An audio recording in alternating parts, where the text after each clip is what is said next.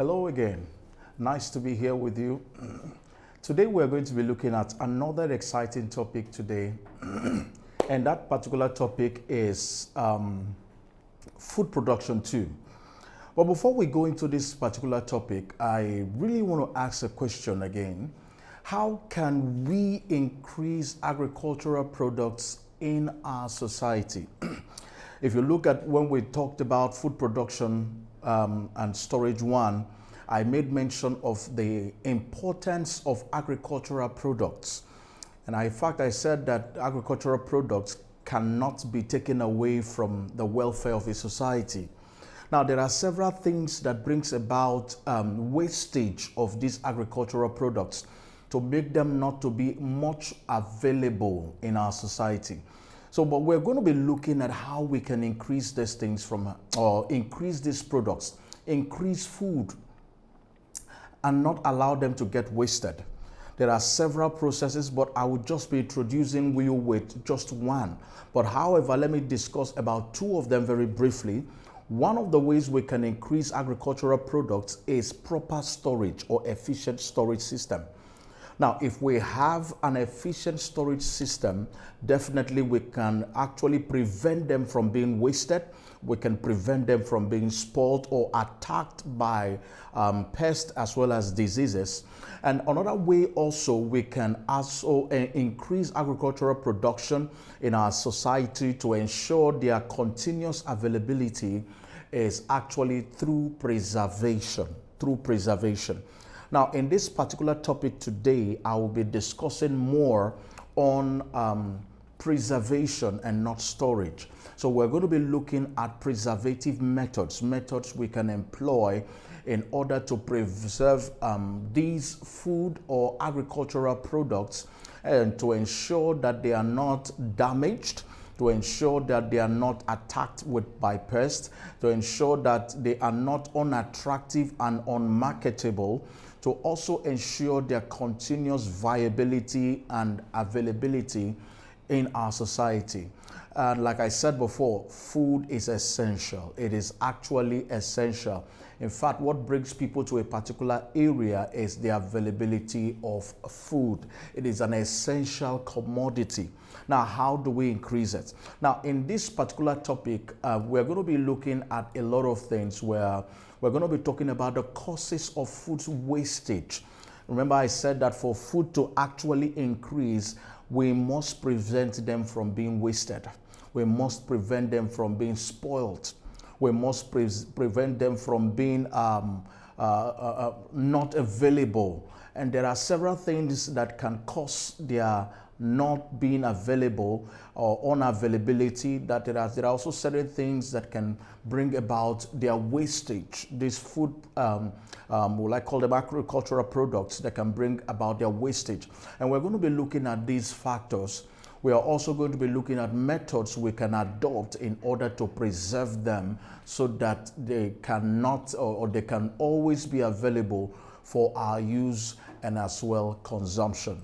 And today we're also going to be looking at a different specific objective, of which the first one we're going to be talking about by the end of this lesson. You should be able to mention some of the causes of food wastage. You should also be able to mention at least a very good number of methods that are being adopted in preserving this food, and also to be able to tell me some of the advantages. What are some of the advantages of preserving and storing this food?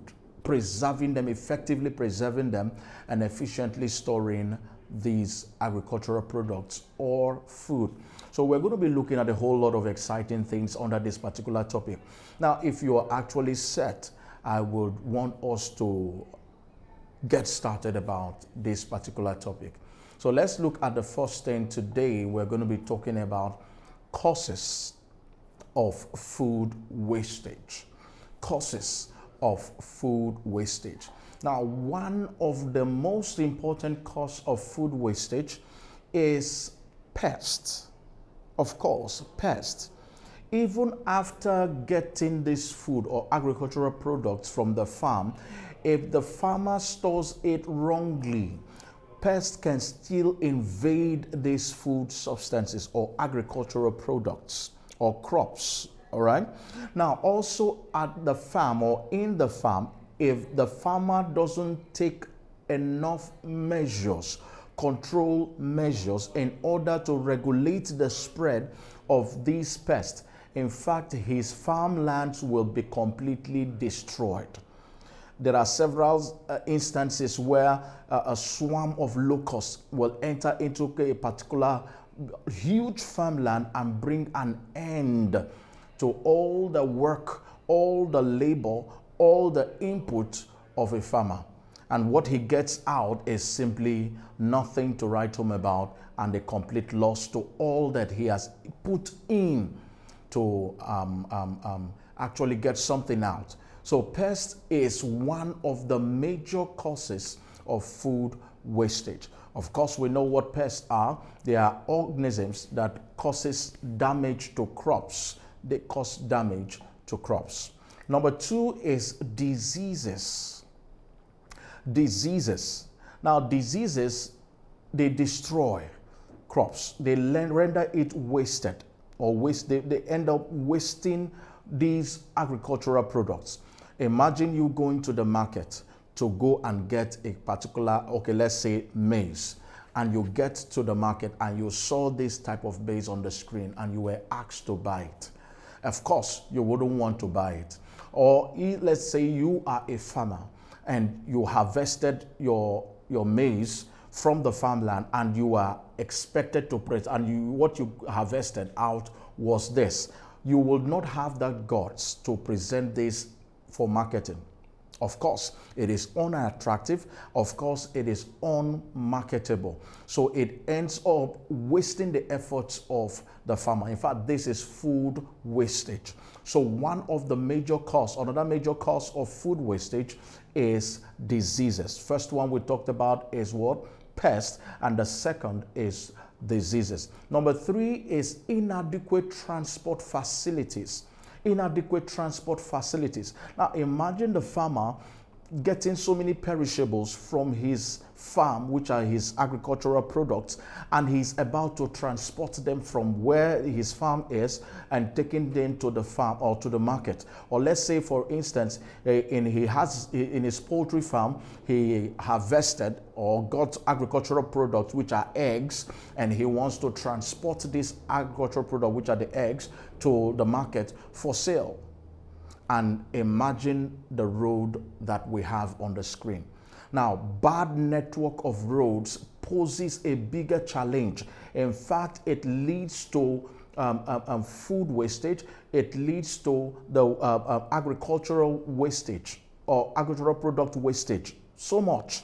And that is why we embark on the government to ensure that there are good network roads or adequate transport facilities that will help most farmers in the rural areas to transport and carry their agricultural products to the urban areas where they can actually sell these products for their own profits, okay, and also help the urban areas get these agricultural products for their own well-being and welfare. So inadequate transport facilities poses a big threat. In fact, it's also one of the major causes of food wastage. Another one is natural disaster.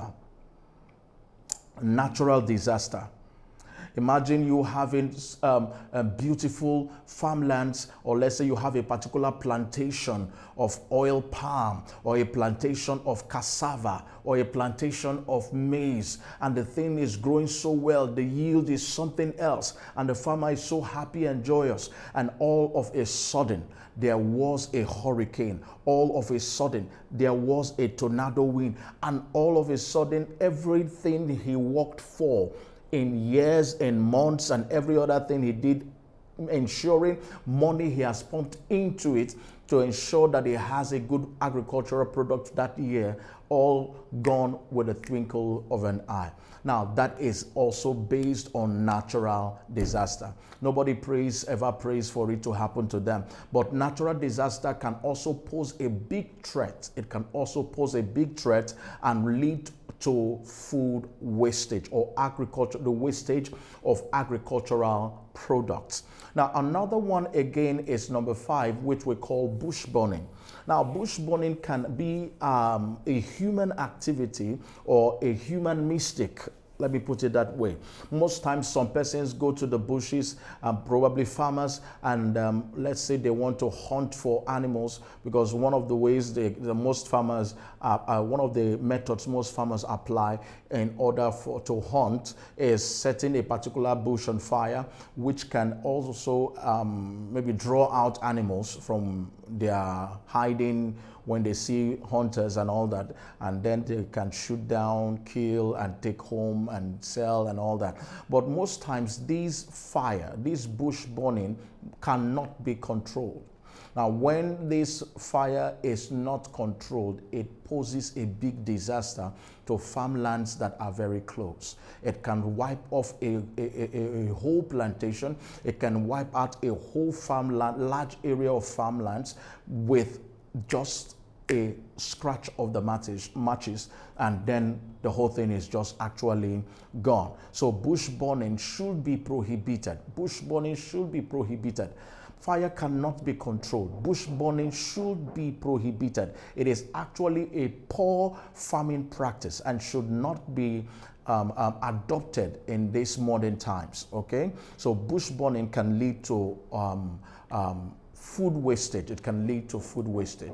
And then number 6 is poor storage facilities. Poor storage facilities. Fine and good, you have good products from your farm. Fine and good, you have harvested these agricultural products. Now, what ensures their availability, in fact, what ensures that they are not wasted or spoiled, is good storage facilities. Having a good storage and preserving facilities, having a good storage facility and adopting a good preservation method. Adopting a good preservation method. Shortly, we'll be talking about some preservation methods we can adopt in order to help reduce or eradicate completely food wastage, so as to ensure their continuous availability in our society. So poor storage facilities is, in fact, it poses a very big threat to agricultural products. It poses a very big threat. If they are not properly stored, they can be attacked by pests. If they are not properly stored, there can be a transmission of diseases, and in fact make your product that was actually attractive to be unattractive and unmarketable. So poor storage facility is another important cause of food wastage. Now, since we have talked about poor storage facilities and also discussed, I've also said to add to it is poor preservation methods. Now, let's take a look at the right preservation methods. How do we preserve? How do we preserve? And if possible, store. How do we preserve and store some of these agricultural products? When we're talking about agricultural products, we're actually looking at both plants and what? Animals, or crops and animals. So how do we store and preserve these agricultural products so that we don't encounter food wastage? Now let's take a look at one of them. The first one I'm going to talk about is salting. Salting. It simply has to do with the introduction of salt on farm produce, or you can call it the dusting of farm produce with table salt. Now, table salt, which is also called common salt, is made up of 2 elements, which is sodium and chlorine, or chlorine.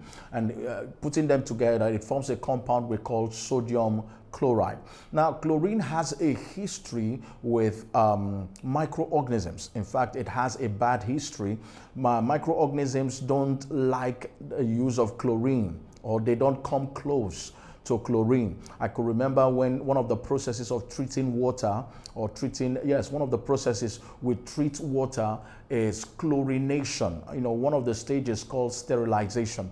And sterilization can come in three ways. We can apply chlorination, we can apply boiling, we can also apply radiation. These are three ways we can sterilize water. So chlorine poses a very big threat to microorganisms that bring about spoilage of food substances or agricultural product, leading to wastage. All right. So now there are certain farm produce or agricultural products that should be preserved with this method called salting. Now they include meat and fish. Of course, fish is an agricultural product that comes from where? It comes from the fish farm, all right? And then the meat comes from the farm, the animal farm, where you can get from cow, the cow, sheep, goats, pork, which is the pig, and so on. These are all sources of meats, okay? Sources of meats. They can be preserved by salting them, Now, what are the advantages for salting these agricultural products? Number one is that it raises the osmotic concentration of the food, and I'm going to explain that. Now, when we say raises the osmotic concentration of food, it means that the food now contains high concentration of solutes. Okay, high concentration of solutes. It makes the food to be hypertonic. So when we have microorganisms there, the difference in osmotic concentration will be there. So the fish, or which is the food, is hypertonic, and then the microorganisms will be hypotonic. And of course, osmosis will set in, which means movement of water molecules from a region of lower concentration to a region of higher concentration. It simply means that the bacteria or microorganism will start losing water, which will cause it to eventually shrink and then die. So it raises the osmotic concentration of the food. Number two is that it improves the taste and flavor of the food. That's very true. I think mothers can really attest to this. It improves the taste and flavor of the food. Number three, it prevents the growth and activities of microorganisms, like I've just explained. 1 and 3 are almost similar. So it prevents the growth and activities of microorganisms. Next on the line, which is another method of preserving and storing food, is freezing. Now, freezing has to do with the use of very low temperature to preserve certain foods. Use of very low temperature, probably below 0 degrees Celsius. Okay, use of very low temperature to preserve some food. Now, foods that can be preserved by freezing includes the meat, it includes fish, it includes vegetables, and also it includes fruits. You know, most of these things I have mentioned, these foods are perishables. Okay, they are perishable. At normal temperature, which is the room temperature, they can easily be decayed, because at that room temperature, most microorganisms work best.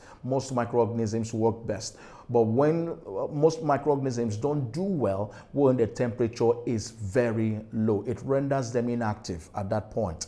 So that's hence the application of this type of preservation method, which is called freezing. Now, what are some of the advantages of freezing? Now, number one is that because of the low temperature, it slows down biological processes and spoilage organisms that are found in the food.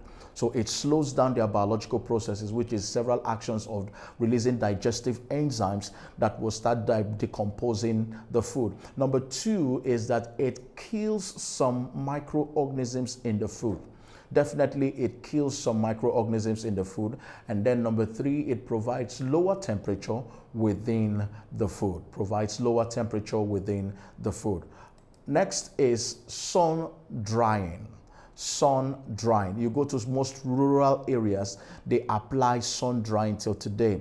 Even in some rural areas in Port Harcourt, okay, and rural areas also in Nigeria, some places apply the principles of salting. When you go to the riverine areas, they apply this principle of salting and also the principle of sun drying.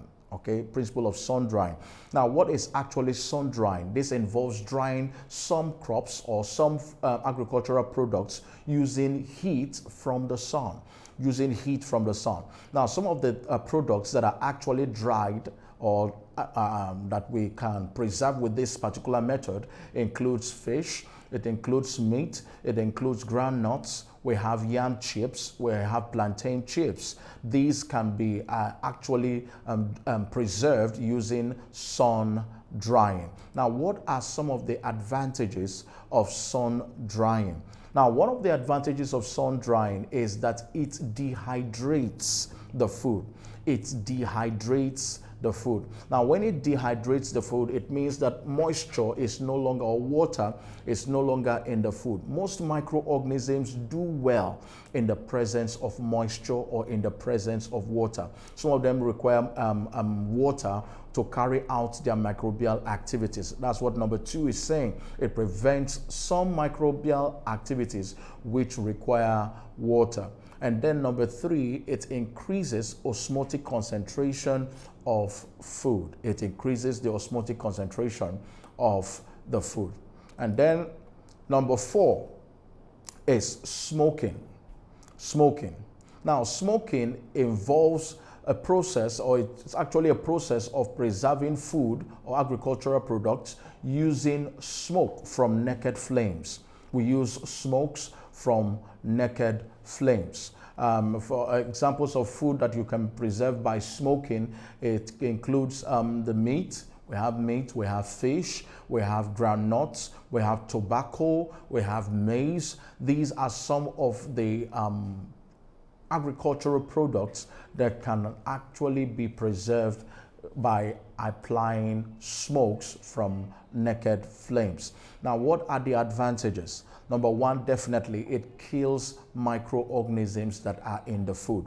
It kills microorganisms present in the food. It causes dehydration in food, and it also prevents the entry of new microorganisms. It prevents microorganisms from entering into the food. And then also number 5, we call this chemicals. So chemicals can also be used to preserve food substances, or can also be used to preserve agricultural products. An example, examples of foods that can be preserved using this, we have cakes.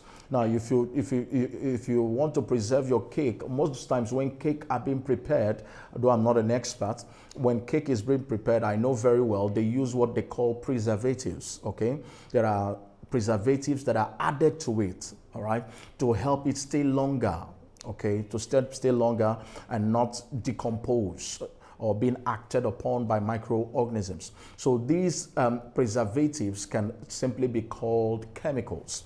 The same too in soft drinks. Some soft drinks, preservatives can be added to them, and that's why when they are bottled, they can stay there for several, they can stay for so long. Even in months, years, they can stay. The same thing with vegetables. Vegetables can be bottled and preservatives added to help preserve it and not allow it actually decay. Now, what are some of the advantages of preservatives? Some of the advantages of preservatives. Now, one advantage of preservatives is that it suffocates spoilage organisms in the food. It suffocates or deprives them of oxygen or deprives them of air. Okay, no, some microorganisms, mostly bacteria, are called aerobic bacteria. These aerobic bacteria, they require oxygen to carry out their microbial activities. So when you deprive them of this oxygen, they suffocate and then actually are killed in the food. All right, so that is one of the advantages. And number 2 advantage there is that it dehydrates spoilage organisms in the food. It dehydrates spoilage organisms in the food. Now, the 6th one is boiling or frying. Boiling or frying. Now, in this case, you are applying heat. all right, not heat from the sun. You are applying heat to increase the temperature. So it involves the direct boiling or actually frying of food in order to store and preserve them. Now, examples of food preserved by boiling or frying actually includes meat, okay? It includes fish. It includes the soup. All right, soup can be preserved by boiling. I could remember back then, if you don't have electricity, in quote, probably I remember back then when I was in my youth service days, I served in a particular place where there was no electricity there. In fact, there was no pole. You can't see any wire connections. So one of the ways we could preserve our food, mostly the soup we cooked, was by boiling it regularly. We boiled it in the morning, we boil it in the afternoon, and probably at night to also preserve it from spoilage. So boiling is also another process or another medium or method of actually preserving food. We can also preserve yam, we can also preserve plantain, and so many other types of vegetables and fruits that can be agricultural products that can be preserved by boiling and frying. Now, what are the advantages here? One, it generates heat. Of course, when you are boiling something or boiling a food, the heat is generated, which brings about high temperature. Most organisms don't survive very high temperature. In fact, temperatures that are above 100 degrees Celsius can be deadly to most microorganisms. They are very deadly to most microorganisms. Number two is that the heat causes dehydration, mostly in the food and as well as in microorganisms that are present in it. And then number three, the heat prevents the entry, of course, of other microorganisms. No microorganisms dare enter a place where it is very, very hot or the temperature is very high. So these are some of the advantages of boiling or frying of our food, okay? It's also a way of preservation. And then also we have the next one, which is called irradiation. Irradiation. Now, irradiation involves the use of high energy. High energy is involved, which energy of high energy radiations such as ultraviolet rays. You can also, in some cases, some persons use alpha, they use beta, or they use gamma rays on farm products. Now, these are somehow safe. They are somehow safe, and they are suitable for large-scale sterilization. Remember, I just mentioned something about water purification. I said that water can also, one of the stages of water purification is sterilization. And one of the ways we can sterilize water is also by radiations. We can use radiations to sterilize water. Now, some of the food apart from water, although that's not an agricultural product, but another food or other food or agricultural products that can actually be sterilized or preserved using irradiations include, we have canned food.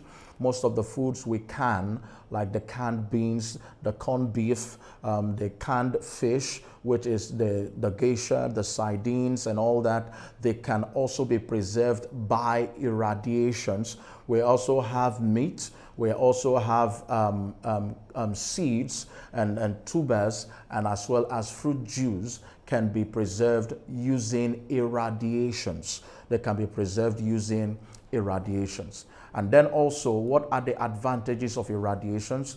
Number one, it kills microorganisms in the food.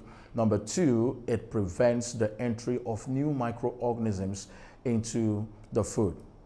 Number 8 is canning / bottling. There are also ways we can preserve several food items, mostly fruits, okay, by canning them. I have just mentioned some of the fruits that are being canned. We have the fish, We have meats. Meats can be canned. Fish can be canned. We have the sardines. We have the sardines. We have the geishas. In terms of fruits, pickles can be canned, and so many other types of fruits and many others can also be bottled or canned. Now, what is canning or bottling? It is a way of storing, or it involves the storage of processed foods, in cans or bottles under special conditions for future consumption. Now, some of the foods canned, like I have mentioned, we have fish, we have meat, we have beans, we have also fruits. So let's take a look at some of the advantages of canning or bottling as a method of preserving some of the foods or agricultural products. Now, one of the advantages is that it ensures long preservation of food. The other one is that it kills microorganisms that are found present in the food. And then thirdly, it prevents the entry of new microorganisms into the food. So these are some of the ways or advantages of canning or bottling. And then finally for today, we have pasteurization. Now, pasteurization is also another effective method of preserving some agricultural products. Mostly agricultural products like milk, we have cheese, we have beer, okay? That's alcoholic drinks, can also be preserved using pasteurization. Now, what is pasteurization? It actually involves heating of some food to about 15 minutes and then cooled immediately. First of all, you heat the food to about 72 degrees Celsius for 15 minutes. 72 degrees Celsius. You heat it for 72 degrees Celsius for 15 minutes. And immediately after 15 minutes, you then cool it immediately for storage. Like I mentioned, some of the agricultural products include milk, it includes cheese, and it includes alcoholic beverages. Now, so what are the advantages? Advantages of pasteurization. It generates high temperature, which kills spoilage organisms because the temperature is about 72 degrees Celsius. I think that is above the normal room temperature. So it generates high temperature, which kills spoilage organisms in the food, and also it prevents the entry of spoilage or microorganisms into the food. So these are some of the ways or processes, ways or methods of preserving food, preserving agricultural products to ensure that they are always available and also to ensure they don't undergo spoilage or wastage. All right. Now, but before we go on this particular class, remember I said there are several specific objectives you should take note of. Now, let's go back to see some evaluation questions. All right. Let's look at some evaluation questions. Now, let's take a look at this question. I'll just pick like 3 questions or so. Question 1. Which of the following is the best process for preserving milk and cheese?